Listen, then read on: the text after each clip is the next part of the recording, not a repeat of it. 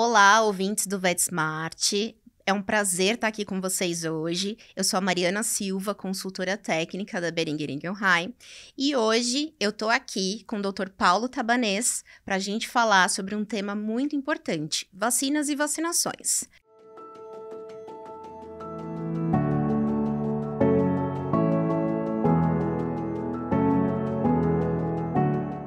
E antes da gente começar, eu vou falar um pouquinho para vocês do currículo, do mini currículo do professor Paulo Tabanês.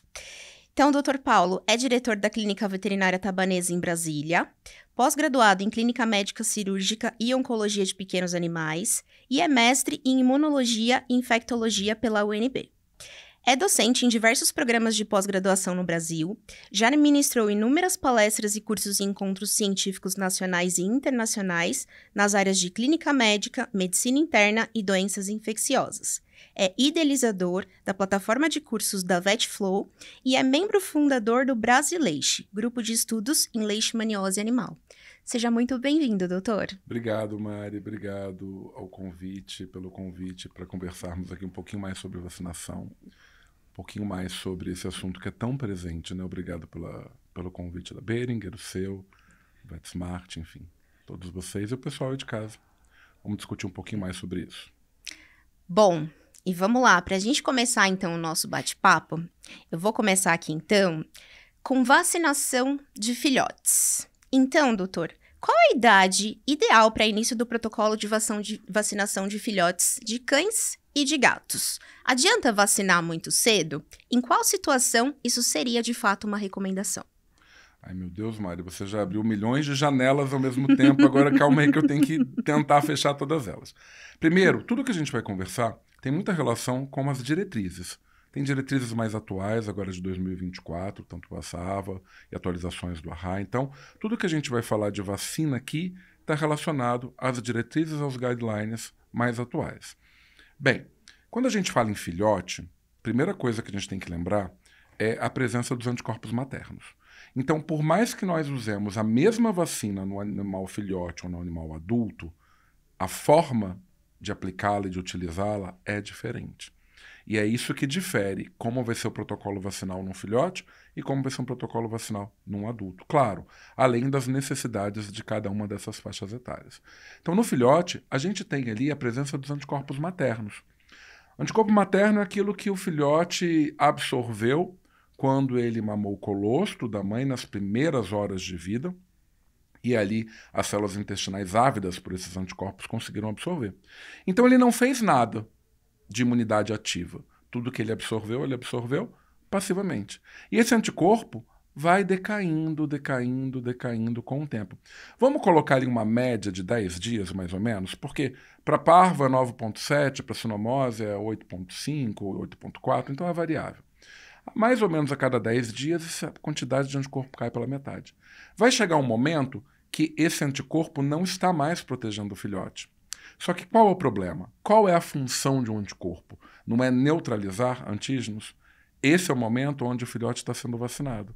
E aí, a vacina é um antígeno. Esse anticorpo vai neutralizar o antígeno, impedindo que a vacina estimule de forma ativa a resposta imunitária. Logo, essa fase, essa situação vai gerar uma janela de vulnerabilidade que vai de 6 semanas de vida até 16 semanas de vida. Por isso, no filhote, a gente tem um protocolo diferente. Por isso que a gente precisa entender quando começar a vacina e o que usar. Pensando em especial nas vacinas virais, né? Por exemplo, para o cão, sinomose, parvo, hepatite infecciosa, ou, por exemplo, virais essenciais no gato, como panleucopenia, herpes vírus e calicivírus. A gente vai começar a vacinar entre 6 e 8 semanas de vida. Cada dose com intervalo de 3 a 4 semanas, até que a última dose seja com 16 a 20 semanas de vida, ou seja, com certeza após 16 semanas, justamente por causa disso. Porque senão eu vacino, mas eu não imunizo por conta dos anticorpos passivos que vão neutralizar esses antígenos. Então, gente, esquece número de doses no filhote. Número de doses não é importante. O importante é quando você vai terminar o protocolo vacinal das virais essenciais no cão e no gato. E esse término não pode ser antes de 16 semanas. ele tem que ter a última dose com 16 a 20 semanas pelo menos, para que esse animal realmente tenha sido imunizado. E a gente tem ainda uma exceçãozinha aí que não é bem a última dose, né? Ainda terá mais uma dose que é o término, de fato, da infância, da vacinação na infância, mas isso já eu complemento. Logo, a partir de 6 a 8 semanas, intervalos de 3 a 4 semanas entre as doses, mas a última dose ela tem que ser com 16 a 20 semanas. A gente não vai vacinar antes de 4 semanas de vida. Não faz sentido, Mari. Inclusive é um risco. É um risco de se vacinar animais com menos de 4 semanas, ou até mesmo as fêmeas que estão prenhas, porque são vacinas vivas atenuadas. Então, o vírus da parvo pode causar miocardite no cão.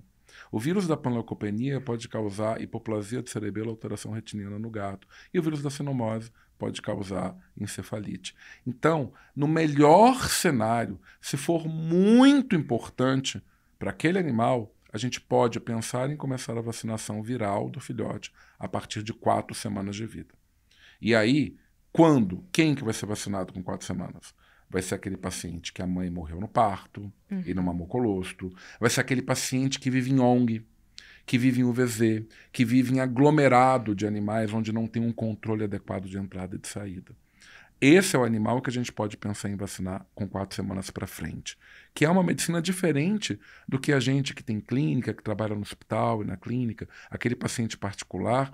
Normalmente, ele não precisa disso. Normalmente, é aquele paciente que vai realmente começar na infância com 6 a 8 semanas e vai até 16, 20 semanas ali pensando em virais. Agora, isso para o filhote, falando de viral, né? Agora tem outras vacinas. Provavelmente a gente deve entrar nas outras vacinas bacterianas e outras vacinas também consideradas opcionais, né? Sim. Mas pensando nas essenciais do filhote, sinomose, parvo, hepatite para o cão, panleucopenia, herpes vírus e calicivírus para o gato, o esquema inicial é esse, de fato. Perfeito. Então, na verdade, aquela quantidade de doses ali de vacina que a gente faz na primovacinação não são, na verdade, um reforço, são uma forma de ultrapassar a barreira de anticorpos maternos ali com essas primeiras doses, né? Porque, de fato, às 16 semanas de vida, que é quando a gente já tem um declínio quase que total dos anticorpos, é que a gente vai ter a dose imunizante. Exatamente. E aí, isso é tão importante, Mari, que hoje os guidelines recomendam que essa vacina que a gente faria com 1 ano de idade, lembra que a gente faz lá na infância até chegar a 16, 20 semanas, depois a gente vai fazer, entre aspas, um reforço, porque está errado o termo, com 1 ano de idade, não é o reforço, nunca foi, na verdade, era o término das vacinas da infância. É tão importante transpor a barreira de imunidade materna que hoje se recomenda tirar essa vacina lá de 1 ano e colocar para 6 meses de vida. 26 semanas. Porque aí a gente tem certeza absoluta que a barreira de anticorpos maternos foi transposta e esse animal realmente foi vacinado e imunizado. Perfeito. Você já respondeu 2 perguntas em uma. Assim eu vou acabar rápido, tá vendo? Não pode. Não pode, mas temos várias perguntas. Esse assunto não tem fim, né, Mari? Não tem, é maravilhoso. A gente pode passar umas 3 horas aqui falando sem problema. Vamos cortar nosso microfone.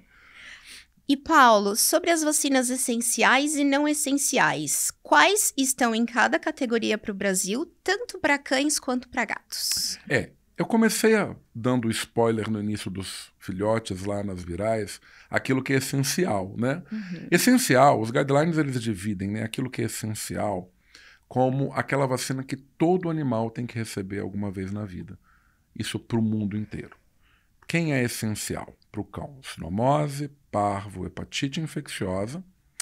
E raiva, ela é considerada essencial por conta da nossa legislação e a endemicidade da doença no Brasil.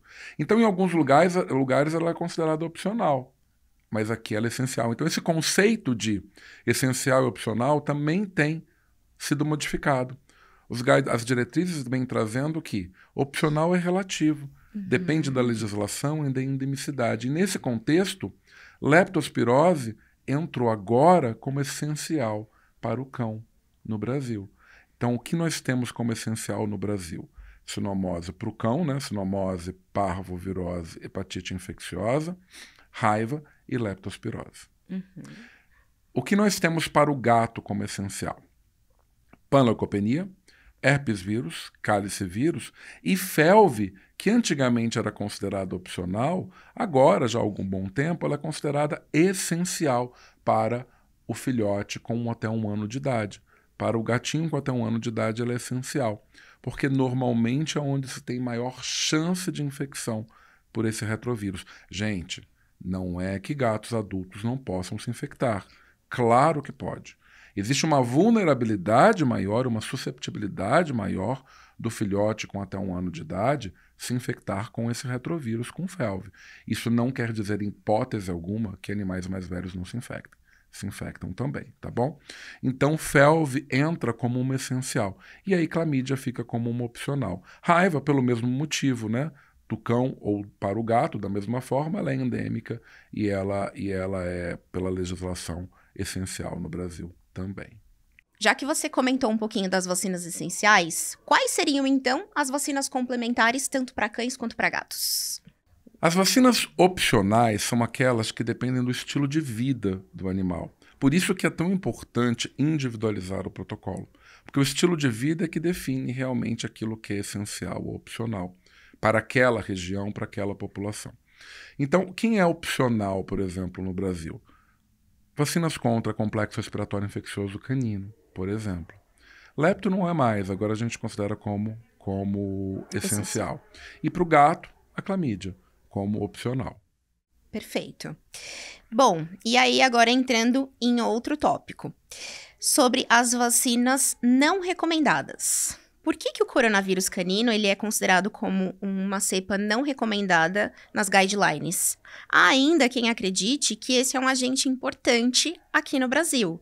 Você pode explicar um pouquinho para a gente, tecnicamente, por que essa vacina é considerada como não recomendada pela guideline? Pois é, Mari. Não é de hoje, não é dessa edição. A gente está falando de décadas de uma não recomendação. Mas por muito tempo, as vacinas no Brasil e em vários lugares do mundo mantêm o coronavírus dentro desse contexto de vacinação. Coronavírus não é indicado por um simples motivo. A vacina não é realmente eficaz. E não é eficaz por quê? Porque coronavírus não faz, gente, viremia. Como é a infecção pelo coronavírus? Ela é fecal oral. Ok, parvo também é, então essa não é a questão. Só que parvo faz viremia. Então ter anticorpos como IgG e IgM são importantes para neutralizar esse vírus. E quando eu faço uma vacina parenteral, subcutânea, por exemplo, eu vou induzir em especial anticorpos, muito mais anticorpos IgG e IgM. Quando eu tenho e penso no coronavírus, a infecção ela é fecal oral, mas ele não faz viremia. Ele não vai para a circulação. E aí, para que vai adiantar esse meu IgM, esse meu IgG? Eu precisaria de uma IgA, de uma imunoglobulina mais voltada para a imunidade de mucosa. Um outro ponto também importante, isso explica um pouco porque ela não tem essa efetividade, é que também os animais se infectam muito antes da própria vacinação. É uma infecção que muitas vezes acontece muito antes de 6 semanas de idade, quando se começa efetivamente a prevenção e a vacinação. Logo, junta uma infecção que é autolimitante, branda e realmente não importante, que acontece previamente à vacinação, com uma vacina que ela não é eficaz para aquilo que se propõe. Para que a gente vai usar um antígeno, então, a mais? Hoje se discute muito sobre a individualização dos protocolos e não se fazer vacinas a menos e também não se fazer a mais, porque vacinas a menos me predispõem ou me aumenta a susceptibilidade a doenças e vacinas a mais podem ter reações, porque vacina não é inócua. Reações adversas elas podem acontecer. Logo, o equilíbrio disso é muito importante, pensando na própria individualização do protocolo. E, Paulo, animais rígidos também podem ter o coronavírus. Sim, e isso ainda tem esse ponto, né? Animais que se infectam, excretam o vírus e ele não é culpado por aquela diarreia, por exemplo, que ele apresenta. Então também tem trabalhos, inclusive, mostrando a presença do vírus nessa microbiota, nessa excreção, e não se relacionando ao sinal clínico que o paciente apresentou ou apresenta. Ou seja, encontrar o coronavírus nas fezes não quer dizer que seja ele que esteja causando a diarreia. Inclusive, ele mal pode estar saudável, o teu coronavírus, pode estar com diarreia, o teu coronavírus. Perfeito. Bom, voltando um pouquinho então para as vacinas de gato, né? Você comentou um pouquinho que a vacina de felve ela é considerada como uma vacina essencial para gatinhos de até 1 ano de idade. Com relação a isso, quais seriam as recomendações que indicariam o porquê que essa vacina ela é recomendada para gatinhos de até 1 ano de idade? E quanto aos adultos, qual que seria o protocolo recomendado? Felve, a retrovirose é uma vacina, eu digo, a doença retrovirose, tanto o felve quanto o FIV, é uma doença bastante importante na medicina felina, né? Eu queria um dia poder dar aula sobre retrovirose hoje, da mesma forma como eu dou aula sobre ou falando sobre PIF, né? Hoje a gente chega e consegue falar de PIF com muito menos peso do que algumas décadas. Tomara que em breve possamos ter a mesma aula agora sobre retrovirose. Mas enquanto isso não acontece, mais importante que qualquer coisa é a prevenção, de fato. A vacinação contra a felve ela é extremamente importante, principalmente para o filhote. Eu digo, ela é essencial para o filhote, porque é onde ele tem maior vulnerabilidade, maior facilidade de se infectar. Contudo, como eu já disse, todo animal, todo gato de qualquer idade pode se infectar. Uma resistência natural vai acontecendo com o passar da idade, mas isso não faz com que ele seja invulnerável, pelo contrário. Então a infecção pode acontecer em qualquer momento. A vacina ela deve entrar como essencial no filhote a partir de 8 semanas de vida. Então são 2 doses, com intervalo de 3 a 4 semanas entre elas, e o reforço com 1 ano de idade. E aí ela vai se tornar essencial se o animal for um animal exposto. O que é um animal exposto? É aquele animal extradomiciliado, que sai de casa sem supervisão, ou até com supervisão, mas sai de casa, que vive em grupo, que viaja, que vai para pet, que vive com animais sorodiscordantes. Gente, sempre tem a Dona Maria dos Gatos, né? Que ela tem gatos Sempre. em número ímpar, 3, 5, 19, não é? Sim. E aí, 3 têm retrovirose, 5 não tem, e não vai estar todo mundo separado naquela casa, naquele apartamento. Então, são gatos sorodiscordantes. Então, nessas situações onde há uma exposição do animal negativo, ele precisa ser vacinado anualmente. Caso não haja exposição, seja um animal único, isolado, que não está exposto, daí a vacina contra a felve pode ser feita a cada 2 ou 3 anos, de acordo com o fabricante, de fato. E trazendo um pouquinho para aquela questão da imunossenescência. Se eu tiver um gatinho, que antes ele era de ambiente exclusivamente interno, agora ele é um gatinho indoor-outdoor, e eu precisar fazer uma primeira vacinação nele aos 8 anos de idade, ele vai responder da mesma forma do que um filhotinho, por exemplo? Vamos lá. Aqui a gente tem um detalhe. Se ele já conhece os antígenos previamente, ele tem uma chance legal de responder. Bem, se ele não conhece os antígenos, tem um trabalho longo, inclusive em cães e gatos, mostrando que animais idosos que não conhecem os antígenos previamente, nunca foram vacinados antes com o produto, podem ter um pouquinho mais de dificuldade de soroconversão. Então, eles podem responder normalmente? Pode. Então vai sim usar 2 doses da mesma forma, ele vai responder, mas a gente tem que ter um cuidado, até mesmo com a revacinação dele. E aí eu pego até um gancho para você eu puxo um gancho que vale a pena na sua pergunta, que é, e o que a gente faz com o animal que já tem retrovirose? Já que a gente está falando de senescência, de imunossuprimido, de resposta no idoso ou no animal doente ou no animal infectado, como é que faz isso, né? Muitos colegas ficam com essa dúvida. Será que eu posso vacinar um animal que já tem retrovirose? Perfeito. Né? Porque é algo que todo mundo fica em dúvida. Bem, aí temos que separar 2 pontos. Ele tem felve. Ele precisa ser vacinado contra a felve? Não. Óbvio, não precisa. Vacina, essa situação, como eu já ouvi isso, Mari? Eu vacino porque vai ajudar na terapia. Não, não vai. Não vai adiantar nada. Não tem que vacinar um animal que tem felve contra a felve. Né? Agora, e contra panleucopenia, herpes vírus, calicivírus, as outras vacinas? Aí vai depender do estilo de vida dele. Tem até uma recomendação do trabalho da Hartmann, agora de 2022, que fala que animais que têm felve, mesmo que morem indoor, devem ser vacinados anualmente contra panleucopenia, herpes vírus e calicivírus. Porque apesar de FIV, que é o vírus da imunodeficiência felina, te dá essa característica de nosso imunossuprimido, né, a palavra FIV, FeLV muitas vezes até muito mais imunossupressor do que o FIV. Então, esses pacientes têm essa indicação até que se vacinar anualmente. E se ele for exposto, ou seja, vai para a rua, enfim, mais ainda, né? O que a gente não pode vacinar é o animal que está doente. Esse não. A gente está falando em vacinar o animal com retrovirose desde que ele esteja saudável. Porque são infecções crônicas, onde o animal se mantém saudável por muito tempo.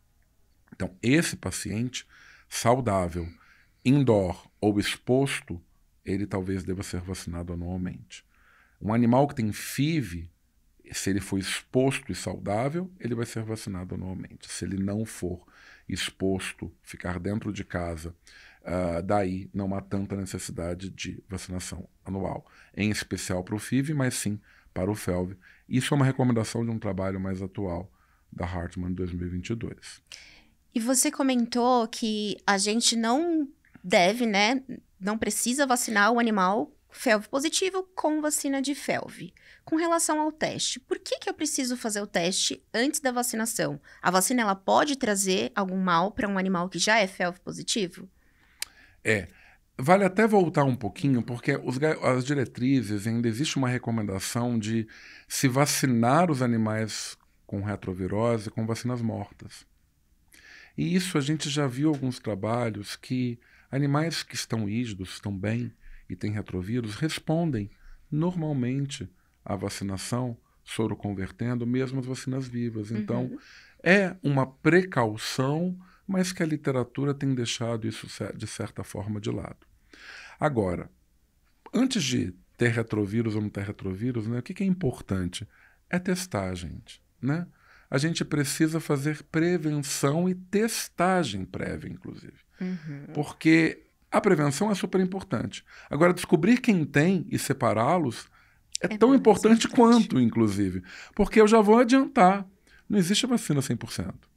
Nenhuma vacina vai prevenir completamente que o animal não se infecte. Quando vacinado contra a FeLV e exposto ao vírus por outro animal infectado, ela ajuda na prevenção? Óbvio que sim, mas ela é 100%? Ela garante que os animais nunca se infectarão quando vacinados? Não, não existe vacina 100% de fato. Ela não é uma vacina esterilizante, como a gente fala do conceito de esterilizante, né? Vacina esterilizante é aquela que promove completa proteção contra infecção. De forma geral, gente, esse conceito é importante e eu estou totalmente fugindo do tema. Ela me perguntou uma coisa, eu estou respondendo outra. Mas a pergunta é a seguinte: vacina esterilizante é aquela vacina que previne completamente a infecção. Vacinas previnem o quê? Infecção, doença e infectividade. De forma geral, Mari, vacinas previnem doença. Previnem infectividade. Por exemplo, lepto. Lepto previne que o animal fique doente e tenha leptospirúria, contamine o ambiente e infecte outros animais. Mas a vacina contra a lepto não vai prevenir que o animal entre em contato com uma urina contaminada no meio. Isso é não prevenir a infecção. Vacina contra esterilizante é aquela que consegue prevenir a infecção. A gente pode falar, por exemplo, em vacina contra cinomose, parvo, hepatite infecciosa, ou mesmo raiva, como sendo vacinas e panleucopenia como sendo vacinas esterilizantes. Agora, não confunda esterilizante com 100% eficaz e protetivo. Por quê? Existem indivíduos que podem não responder adequadamente e aquela vacina não vai ser 100% eficaz, porque não existe isso. E aí, se ela não for, aquele animal pode se infectar. Então, existe essa diferença que tem que ficar claro.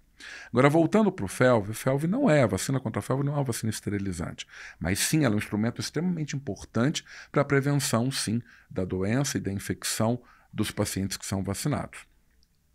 Antes de vacinar, a gente precisa fazer um teste rápido. E é tão fácil, né, gente? Hoje a gente tem um resultado que sai em 10, 15 minutos com uma amostra de sangue.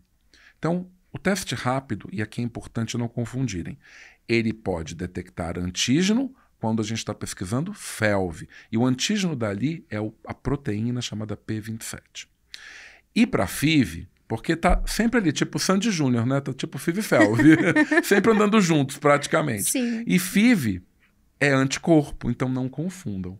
Porque são objetivos ou são alvos diferentes.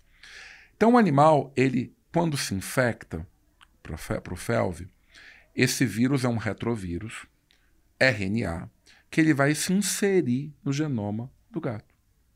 Então, ele vai usar a transcriptase reversa. Lembra da biologia molecular? DNA transcreve RNA, que traduz proteína, e RNA pode ser transcrito reversamente em DNA? É exatamente isso que vai acontecer. Então, o RNA é inserido na célula, ele é transcrito de forma reversa para um DNA provírus que se insere no genoma do gato. E aí, voltamos à biologia molecular. DNA, RNA, proteína, porque o vírus quer montar outros vírus e se, liberar daquela célula para infectar outros indivíduos. Quando eu faço um teste rápido, eu procuro o antígeno P27. Para ter antígeno, o que eu tenho que ter tido? DNA, RNA, proteína, não é? Logo, eu estou procurando essa antigenemia, essa produção de antígeno de um animal que está infectado. A partir do momento que ele é infectado, para ele produzir essa proteína, pode demorar de 4 a 6 semanas. Então, se um animal foi infectado hoje, e você faz o teste rápido amanhã, vai dar negativo, porque isso é um falso negativo. Tem que esperar esse tempo. Agora, FeLV não é tão simples. FeLV não é tão simples. Por quê? Porque pode ser que isso tenha acontecido num dado momento, DNA, RNA, proteína, e ele era positivo. Mas ele tinha uma resposta imunitária legal. Ele conseguiu controlar essa produção de antígeno. E aí ele ficou latente, quietinho. Tá o DNA inserido, a infecção aconteceu, mas ele não está mais fazendo RNA e proteína. E aí você faz o teste rápido dele, dá negativo, mas ele está infectado. Essa situação é um animal regressor. Ele foi infectado, ele tem o DNA ali, ele tem capacidade de, em algum momento, passando por algum estresse, ativar esse DNA que vai transformar RNA, proteína e vai ser infectante, e aí o teste rápido volta a ser positivo, mas naquela hora ele não é. E muitas vezes a gente acaba vacinando um animal, mesmo fazendo o teste rápido, que é um animal regressor. Fácil é quando a gente faz o teste e tem o P27 positivo. Ponto. Está infectado. Isso não quer dizer que ele vai ficar doente ou vai morrer de FeLV. São coisas totalmente diferentes. Ele é positivo para antigenemia. Pode ser que ele vire um regressor. Pode ser que ele seja um progressor. Não sei. Mas o fato é que ali ele está positivo, ele está infectado. Agora, quando eu pego o negativo, pode ser que ele não esteja infectado mesmo. E pode ser que ele seja um regressor. E muitas vezes a gente vai acabar vacinando esse animal sendo um regressor. Faz mal para ele? Não, não faz. Isso a gente já faz sem saber. Não faz mal desde que respeitemos o básico da vacinação, que é somente animais rígidos e saudáveis podem vacinar. Esse é um conceito importante. A diferenciação entre o que é infecção do que é doença. O animal está infectado com o vírus da FeLV, com o vírus da leucemia felina, mas ele não está doente. Então, mesmo que ele seja regressor, está lá quietinho, essa vacina não vai funcionar. Claro, não vai prevenir uma infecção que já aconteceu, mas não vai fazer mal para ele, pelo menos ao que tem de literatura hoje, de forma geral. Se a gente testa antes, a gente não, e tem o positivo, óbvio, a gente não vai vacinar contra o FeLV, vai vacinar contra o resto. Não contra o FeLV. E no caso daqueles animais que estão em alto risco de exposição para FeLV, que eu vou precisar fazer uma revacinação anual. Toda revacinação anual, eu preciso retestar esse animal? Olha, seria lindo. Seria o cenário ideal, né? Seria. Mas a gente vive num país em desenvolvimento, onde muitas vezes se escolhe entre testar ou vacinar, porque não vai ter dinheiro para os dois. Cenário ideal, gente, podemos testar todo ano? Mio testou, maravilhoso, né? Precisa, depende do estilo de vida do animal. Se é um animal que está sempre dentro de casa, não se expõe, não tem introdução de outros animais, não sai de casa, vive num apartamento telado, elevado, que não tem uma árvore perto onde outros gatos chegam, enfim, está tudo perfeito naquela situação, ele não precisa ser testado todo ano. ele pode continuar a vacinação dele, ou anual, ou a cada 2, 3 anos, de acordo com o fabricante, ok? Agora, lembrem sempre que você fez um teste desse animal lá atrás, ele era negativo, mas lembre que a gente tem os regressores. Você fez uma PCR de DNA para o vírus? Fez PCR-RNA? Você foi procurar se ele não é realmente um regressor? Porque você pode ter em casa um animal que sim está infectado, mas ele nunca teve um antígeno positivo. E para piorar, a gente ainda tem o atípico. Não vou nem entrar no mérito, porque o atípico, que não é nem o regressor nem o progressor, é aquele que está infectado, e ele tem antigenemia, que ele é intermitente, porque depende de onde o tecido está infectado de fato, né? Não é como o progressor, que tem antigenemia com mais frequência. Ainda bem que ele perfaz em uns 5%, 10% no máximo, da população infectada. Então, o ideal é que o animal que tem um estilo de vida reservado, ele não precisa ser testado. Eu particularmente teria feito pelo menos uma PCR na vida, DNA-RNA, com certeza para acompanhá-lo, mas ele vai ser revacinado, ok. O animal que está em estilo de vida ou está exposto, aí ele tem que ser realmente testado anualmente. Gente, é assim. Um gato chegou doente no hospital. Ele tem que ser testado. Ah, mas ele vive sozinho, ele não entra em contato com ninguém, ele já foi testado e vacinado. Aí um belo dia ele me aparece com uma anemia. Ele vai para o hospital para ser atendido. O veterinário vai pedir um novo teste, justamente porque existe esse tal do regressor. Ah, mas ele já foi testado. Teste novamente. Sempre que o animal tiver algum sinal clínico, seja ele qual for, ele deve ser testado novamente, mesmo que ele tenha um estilo de vida contido. Agora, se ele não tiver, mais do que nunca, anualmente ele precisa ser testado de fato. Muito bom. Agora vamos falar um pouquinho de eventos adversos. Animais com reação vacinal de hipersensibilidade do tipo 1, como que a gente procede em relação a vacinações futuras? A sorologia para cepas essenciais seria uma opção nesses casos para avaliar a necessidade de revacinação? Pois é, né, gente? Hipersensibilidade tipo 1, todo mundo lembra da imunopatologia, né? A gente divide em 4 hipersensibilidades. A tipo 1 é aquela que é imediata, aquela relacionada a IgE e mastócitos, desgranulação de mastócitos, relacionada a angioedema, a anafilaxia, que pode até mesmo gerar a morte desse paciente, né? São aquelas reações muito rápidas e muito importantes. Nem toda hipersensibilidade imediata é imediata, como o nome diz, né? Então, 90% das hipersensibilidades imediatas acontecem dentro ali dos primeiros 15, 20 minutos. Mas existe uma parcela que pode demorar um pouquinho mais, algumas horas. Por isso que se um animal tem um quadro de hipersensibilidade, fez um angioedema, fez uma anafilaxia, e você precisa vaciná-lo novamente, a gente tem que começar a se questionar sobre risco, benefício, vantagem e desvantagem. Então, a primeira coisa que você vai se questionar é: essa vacina que ele tomou é essencial para ele?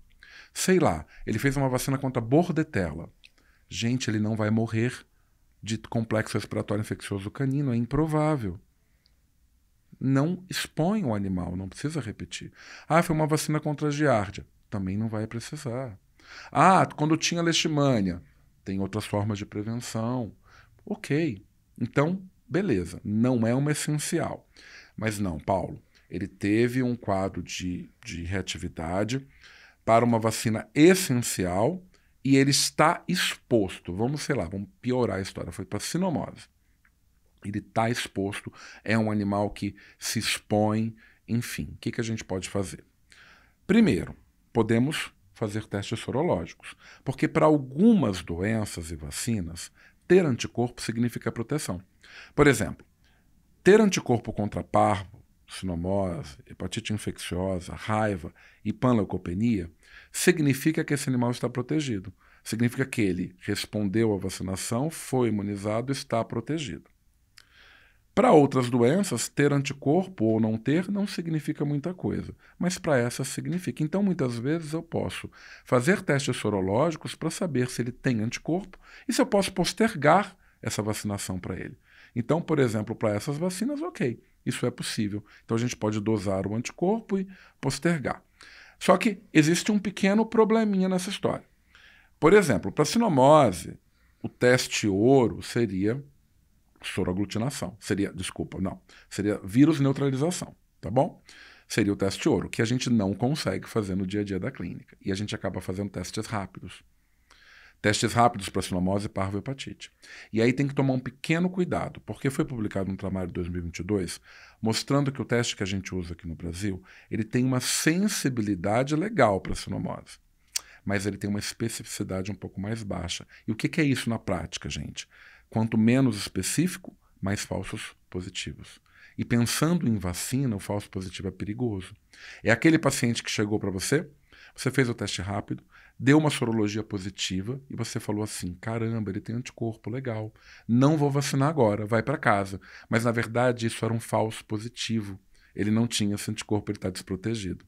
Isso acontece, pensando em sinomose, em 13 animais a cada 100, porque é uma especificidade de 87%. Então, tem que tomar um pouco de cuidado em relação à interpretação disso de fato. Uma outra alternativa para esse paciente com anafilaxia ou com uma reação importante é troca o fabricante. Às vezes, ou troca o lote. Às vezes são impurezas daquele lote, não é exatamente o antígeno que ele é alérgico, mas as impurezas, soro fetal bovino, ao processo de purificação que naquele lote talvez não tenha sido legal. Mas você concorda que eu vou trocar o lote, mas eu não vou saber se é ele ou não, né? Vou arriscar. Exato. E aí? Esse cara é o cara que tem que ser canulado, ficar em observação o dia todo no hospital, ter feito uma prometazina, um corticoide 30, 40 minutos previamente, para daí a gente atenuar e controlar melhor esses efeitos adversos. Então essa talvez seja a melhor postura de conduzir esse paciente. E aproveitando que você comentou, né, de fazer as medicações prévias, o corticoide, a prometazina, isso poderia prevenir com que o animal ele tivesse um evento adverso ou isso não garante? Não garante. Isso a gente reduz muito o risco justamente porque a gente está trocando os adjuvantes, ou na verdade trocando os lotes, os fabricantes, entrando com antihistamínico, um corticoide prévio, para diminuir a resposta exacerbada. Então isso é uma alternativa bastante segura, mas 100% eficaz, existe algo na medicina? É difícil dizer isso. É por isso que não é um animal que vai para casa. Não é um animal que vai fazer o corticoide, a prometazina, vacinar e vai para casa. Não vai. Ele vai ficar internado no hospital aquele dia em observação, porque aí a gente pode entrar com outras medicações, intervenções, caso ele progrida com algum tipo de reação adversa mais severa. E voltando um pouquinho na sorologia, para quais cepas vacinais esse método se aplica? Bem, a gente está falando de sinomose, parvo, hepatite infecciosa e até mesmo panleucopenia, pensando em anticorpo, tá bom? Raiva também. Raiva é difícil, né? Porque os testes sorológicos hoje no Brasil são muito caros. A gente acaba usando a sorologia para raiva, principalmente para os animais que vão viajar, que se faz necessário esse teste, né? Agora, no dia a dia, o teste rápido se torna mais prático para testar sinomose, parvo e hepatite, né? Mas quando um animal ele não atinge a titulação adequada na sorologia de raiva, isso significa que ele não está protegido? Então, isso é um grave problema. Por quê? Vai mostrar isso para o país para onde ele vai. Provavelmente não vai aceitar, né? Temos um problema. A gente tem que ter ali 0,5 unidades internacionais por ml, que é a dosificação de anticorpos. Não ter anticorpo, gente, isso também vale para sinomose, parvo e hepatite, tá bom? Não ter anticorpo não significa que o animal não respondeu. Ele pode, sim, ser um não respondedor. Isso existe numa parcela muito, muito pequena da população. Mas ele também pode ser um paciente que tem resposta celular e que a gente não consegue inferir com anticorpos, com testes sorológicos de anticorpos. Então, às vezes, ele está, sim, protegido, porque tem uma resposta celular, mas a gente não está detectando essa soroconversão. Muitas vezes a gente pode, por exemplo, fazer o reforço ou trocar o fabricante da vacina para ver se estimula de alguma outra forma. Mas ainda assim pode ser que esse paciente não tenha essa soroconversão. Isso não necessariamente significa que ele não respondeu de fato, porque a gente ainda tem uma resposta celular por trás disso. Perfeito. E entrando um pouquinho agora em sinomose e parvovirose. Para o diagnóstico em animais recém-vacinados, há interferência da vacina com os testes? Se sim, por quanto tempo? É ótima pergunta, Mari, porque, olha, a gente está falando de testes, de vacinas que normalmente são vacinas vivas atenuadas, para parvo e para sinomose. Excetuando-se claramente a da Boehringer, que é uma vacina para sinomose recombinante. Então, só para o pessoal de casa entender o que é uma vacina recombinante, né? Você pega um vírus que é o Canarypox, é um vírus que não é patogênico para o cão, e você coloca ali no vetor, vetoriza no seu DNA, no seu material genético, os peptídeos que você quer. Por exemplo, para a sinomose é o peptídeo H e F, que são os peptídeos responsáveis, as proteínas responsáveis pela infecção, pela entrada do vírus na célula. E aí, esse Canarypox vetorizado é que vai infectar a célula do mamífero e vai induzir a produção de anticorpos anti-H e anti-F. Resumindo, é isso. Então, quando eu falo de uma vacina recombinante para sinomose, eu não estou usando ela viva atenuada com a cepa de sinomose, diferente do resto que a gente tem no Brasil. Parvo é a mesma coisa. A gente tem a cepa viva e atenuada. O que vai acontecer? Eu tenho material genético ali. E se eu vou procurar teste de que pesquisa antígeno, seja uma proteína ou seja um material genético, pode ser que eu tenha um falso positivo. Sinomose parvo, a gente não costuma pesquisar para o diagnóstico dessas doenças sorologia, teste sorológico de anticorpo, tá? Por quê? Porque o anticorpo não vai diferenciar um animal infectado de um animal vacinado. Eu acabei de dizer que a gente usa o teste sorológico de anticorpo para ver se o animal respondeu à vacinação. Então, anticorpo não vai servir muita coisa para isso. A gente tem que procurar antígeno. E para isso a gente tem teste rápido que pesquisa antígeno e a gente tem PCRs que pesquisam fragmentos de moleculares desses vírus, ok? Só que aí a gente tem um problema. A vacina, ela normalmente é viva atenuada ou recombinante. Então, o que pode interferir? Vamos primeiro falar da parvo. O animal vacinado para parvo, que todas as vacinas são atenuadas e vivas, esse vírus vai entrar, vai replicar e ele vai ser excretado pelas fezes. Então, eu posso ter um teste rápido que pesquisa antígeno nas fezes positivo, normalmente entre 3 e 10 dias pós-vacinação. Assim como a PCR também, que aí ela é mais sensível. O animal a gente pode detectar na PCR em um tempo maior pós-vacinação. Logo, o que pode ajudar a diferenciar? Se, por exemplo, eu tiver uma carga elevadíssima na PCR, sei lá, 10 a sexta, aí isso não é vacinal, isso provavelmente é selvagem de fato. Pensando em sinomose, é um pouquinho diferente. Aliás, muito similar, mas tem uma pequena diferença em relação ao recombinante. Quando eu uso uma vacina viva atenuada, sinomose, o antígeno, teste rápido que pesquisa antígeno, também vai ser positivo. Ele pode ser positivo nas primeiras semanas pós-vacinal. Assim como a PCR também. Quanto tempo? Isso é um problema, porque a literatura ela não é muito clara. Então, tem muitos trabalhos mostrando, aliás, tem poucos trabalhos e eles não são tão concisos. Eu permearia em torno de 4 semanas. Mais ou menos isso, 30 dias. Mas não há uma completa clareza do tempo real. Mas, mais uma vez, se você faz uma quantitativa e o teste é muito elevado, tipo 10 a sexta, isso não é vacinal, isso é selvagem. Em relação a recombinante, aqui a gente tem uma diferença.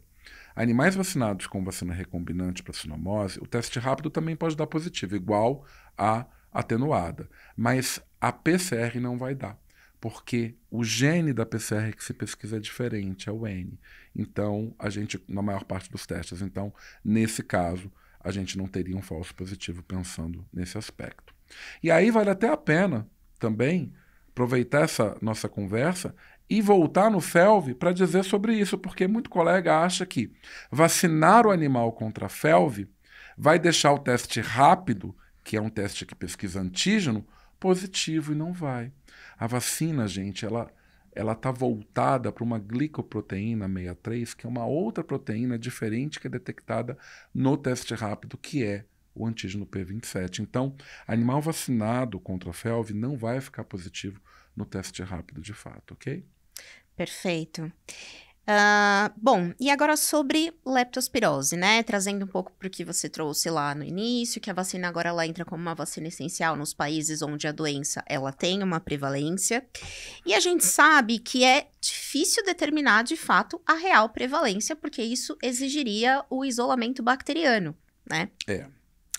Então, utilizar vacinas multivalentes para essa bactéria, considerando a presença de animais carreadores e um possível risco, faz sentido? E a cepa Copenhagen? Qual a importância da proteção contra essa cepa numa vacina de leptospira? Nossa, a Mayra me deixou numa situação difícil, porque ela faz uma pergunta que requer eu explicar, tipo assim, uma aula de uma meia, né? É tipo assim, a sorologia, a genotipagem, a lepto. E aí, fala um pouquinho. Só um pouquinho, Paulo. Complexo isso, né? Bem, vamos de trás para frente. Vacina contra a leptospirose, ela previne o quê? Ela não previne infecção. Gente, igual o FeLV, não vai prevenir que o animal entre em contato com a urina contaminada no ambiente. Animal que se infecta, vamos lá, lepto é uma bactéria gram-negativa, que está presente normalmente na urina contaminada de rato, animal de produção, animal silvestre, e essa urina contaminou solo, água e alimento, e aí, sei lá, teve uma chuva, que é o que mais acontece, chuva, enchente, alagamento. Essa água foi ressuspendida, o animal suscetível, nesse caso o cão, ou o ser humano, porque a gente está falando de uma zoonose, entra em contato com essa lepto naquela água, isso a gente viu drasticamente ali nas enchentes do Rio Grande do Sul, entra em contato com essa lepto e com mucosa íntegra. Então, mucosa ocular, oral, nasal, íntegra, a lepto entra e infecta. Ferida na pele, infecta. A pele, muito tempo dentro da água, já adelgaçada, poros abertos, ela infecta também. Então, essas são as principais formas. Tem venéreas, né, tem transplacentária, tem outras formas, mas essas são as principais. Considerando, obviamente, os reservatórios de manutenção que eliminam a lepto pela urina, isso se chama leptospirúria. Tá bom. Então, a vacina, o animal vacinado, vai ser inibido de entrar em contato com essa urina ali ressuspendida? Não vai. Então, ela não vai prevenir infecção. A lepto vai entrar no organismo do cão, só que não vai deixá-lo doente. Então, ela previne doença e ela previne a infectividade, a leptospirúria, a liberação dessa lepto para o ambiente, para contaminar aquele ambiente e infectar outros indivíduos suscetíveis. O que é importantíssimo pensando em uma vacina e uma doença zoonótica, como a lepto é. Agora, qual é o problema? É que as vacinas para leptospira não protegem de forma cruzada entre os sorogrupos. Então, o ideal seria que a gente soubesse em cada região quais são os sorovários e sorogrupos mais prevalentes e se fizesse uma vacina desenhada e direcionada para aquela região, o que seria impossível hoje, né? E ainda, para piorar essa história, a gente ainda tem que a maior parte dos trabalhos publicados são publicados com sorovários. As pesquisas epidemiológicas são por meio de sorovários e não por genotipagem, não é isolamento da bactéria. E aí a gente tem um problema. Por quê? Sorovar, a gente usa teste sorológico, que é o teste de soroaglutinação microscópica. Qual é o problema? Baseado nos testes sorológicos, a gente conhece 300 sorovários diferentes de uma mesma espécie e que são agrupados em 24 sorogrupos. Só que o teste sorológico faz reação cruzada de sorovários no mesmo sorogrupo e sorovários entre sorogrupos diferentes, que são as reações paradoxais. Então, o teste sorológico que é voltado para o sorovar, ele nunca vai acertar o sorovar. Quando muito, quem sabe, ele vai sugerir qual é o sorogrupo com 50% de chance de erro. Ele é muito bom para diagnosticar se esse animal tem um teste pareado e aumenta em 7 a 14 dias, né, ele pareado aumenta 4 vezes esse título, isso é leptospirose. Ponto final. Agora, para dizer qual o sorovar que está circulando, não adianta. E aí as próprias diretrizes, publicadas recentemente pelo ICVIM em 2023, mostra para a gente que sorologia não deve ser o exame que vai guiar a seleção de antígenos vacinais quando se tem vacinas múltiplas no mercado, ou seja, com 4 sorovários. Também nessa mesma diretriz, mostra que, depois que as vacinas nos Estados Unidos, na Europa e mesmo na América do Sul, com 4 sorovários foram instituídas, Quem é o animal que se infecta com lepto? É aquele que só tomou com 2 sorovários ou aquele que não usou vacina contra lepto.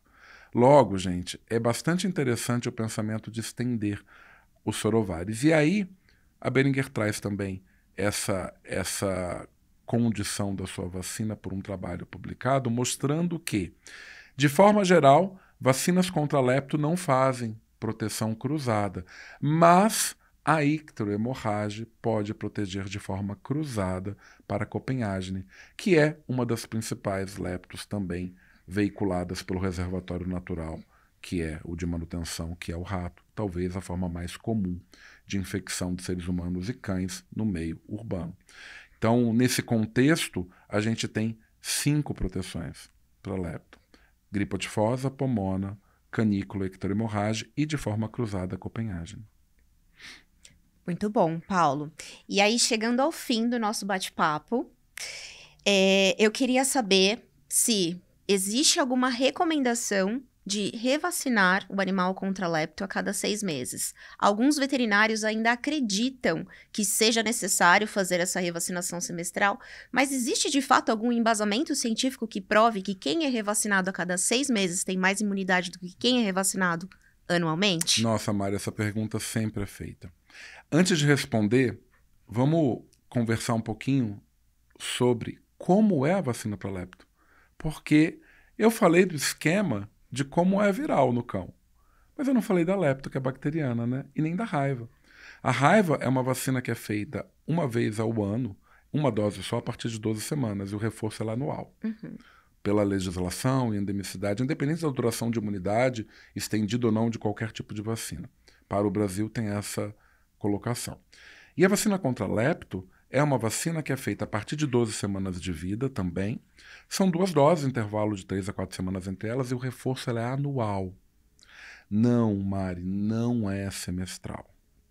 Isso é informação de mais de 10, talvez 20 anos atrás.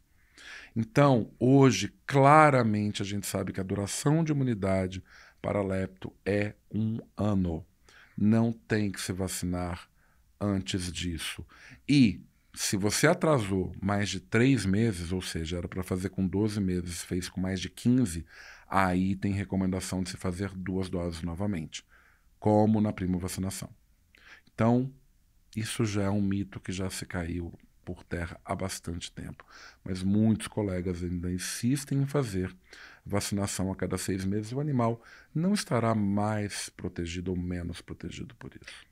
A gente devemos evitar sempre a questão da hipervacinação, né, Paulo? Sempre pensando na individualização do protocolo vacinal. Nem todo animal ele precisa tomar todas as vacinas. Então, é bem importante isso, né? É aí que mora toda a discussão sobre individualização de protocolo. Vacinas são importantíssimos instrumentos de prevenção de doenças infecto-contagiosas. Mas elas são uma fagulha, porque prevenção não é só isso. Prevenção é controle de ectoparasitos, de endoparasitos. É manejo alimentar, manejo ambiental. É prevenção de outras doenças e monitoramento dessas doenças. É também o uso de vacina como instrumento, que é extremamente importante, isso é indiscutível. Só que vacina de mais é ruim, vacina de menos também. Então, cada indivíduo precisa de um protocolo de fato especial. É um indivíduo único e é por isso que a gente tem que individualizar esse protocolo. Muito bom. Bom, chegamos ao fim aqui do nosso bate-papo. Paulo, eu queria te agradecer em nome da Boehringer por mais essa excelente aula que você deu pra gente. Obrigada, pessoal. Gente, muito obrigado pela Boehringer, o convite, muito obrigado ao VetSmart, espero que vocês tenham gostado. Qualquer dúvida, estamos por aí no Instagram, estamos aí pela Boehringer, enfim, só mandar mensagem, tá bom? Até a próxima.